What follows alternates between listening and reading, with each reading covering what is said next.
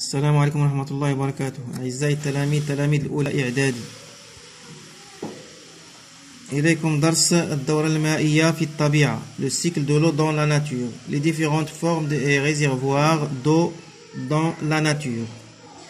L'eau se trouve dans la nature sous différentes formes, liquides, solides et gazeuses, et dans différents réservoirs. Les mers et les océans, les calottes glaciaires, les nappes phréatiques, les fleuves et les rivières, l'atmosphère, etc. Parmi ces ressources, seulement 0,65% est disponible pour l'homme. إذن هنا الماء يتواجد في الطبيعة على الحالة السائلة أو الحالة الصلبة أو الحالة الغازية، ونجد الماء في المحيطات، في البحار، في الفرشات المائية، في الوديان إلى آخره، في البحيرات إلى آخره. Parmi ces ressources, on a dit seulement 0,65% est disponible pour l'homme، يعني أن فقط نسبة قليلة من هذه المياه أو من المياه العذبة التي تعتبر في متناول الإنسان. حوالي 0,65%.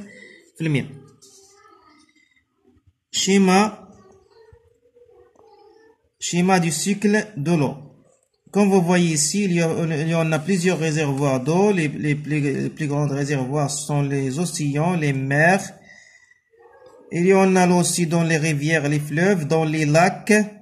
Il y en a aussi l'eau qui résulte de la transpiration des végétaux.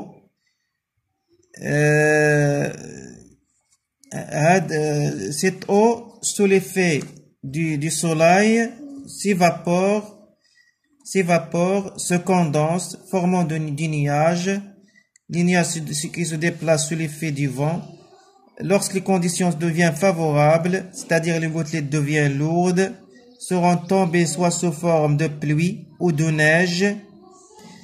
Et après, cette eau va arriver aux fleuves, aux rivières, et peut aussi arriver aux océans, aux lacs.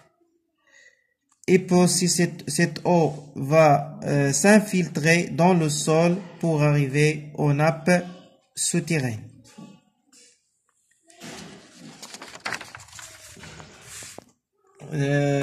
Deuxièmement, explication du cycle de l'eau, c'est-à-dire ce que je viens de dire maintenant. Donc, toute la vie repose sur la présence d'eau. L'eau subit un cycle assez simple. L'eau des océans, des lacs et des arbres, sous l'action du soleil, s'évapore et est recueillie par les nuages où il s'accumule. Lorsque les conditions sont réunies, l'eau se déverse des nuages, c'est-à-dire il pleut. Cette eau s'infiltre dans le sol, ruisseler jusqu'aux océans.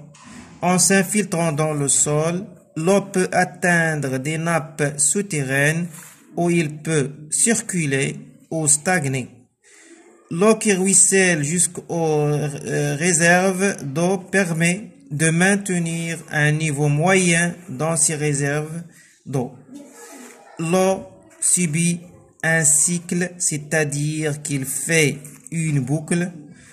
On ne perd pas d'eau et on n'en gagne pas. Il y en a toujours autant au total. يعني أننا على الكرة الأرضية لا نفقد الماء أو لا يتغير حجم الماء على الكرة الأرضية، بل يبقى دائما ثابتا، ولكنه يمر عبر دورة تسمى بالدورة المائية.